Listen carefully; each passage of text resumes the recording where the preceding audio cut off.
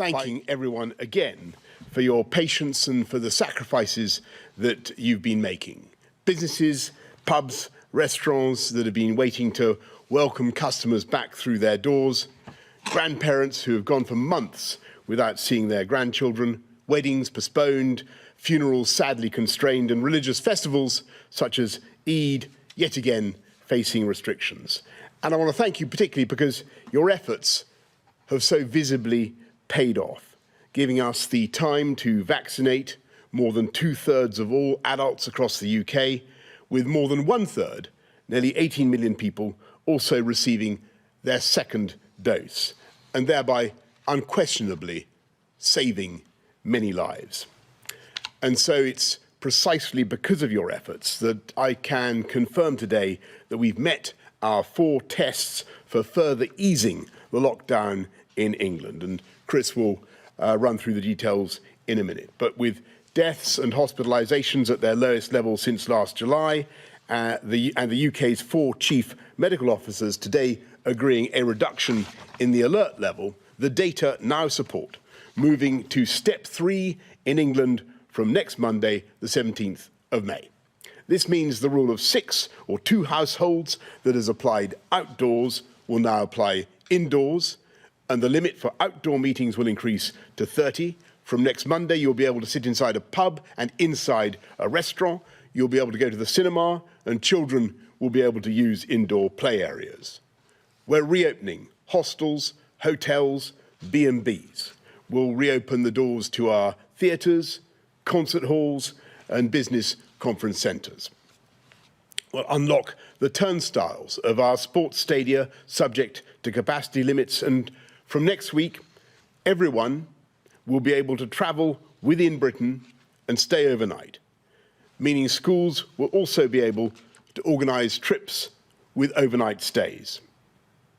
We will no longer require face coverings in classrooms or for students in communal areas in secondary schools and colleges.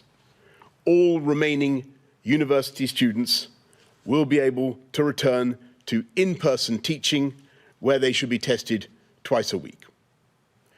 We will increase the number of named visitors for those in care homes from 2 to 5. And residents will have greater freedoms to leave their home without having to isolate on their return. This unlocking amounts to a very considerable step on the road back to normality, and I am confident that we will be able to go further. Subject to the impact of step 3 on the data, we remain on track to move to step 4 on the 21st of June.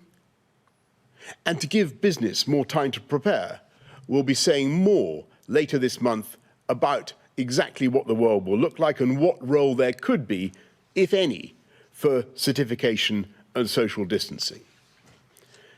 And today, we're taking a step towards that moment when we learn to live responsibly with COVID, when we cease eventually to rely on detailed government edicts and make our own decisions based on the best scientific advice about how to protect our families and those around us.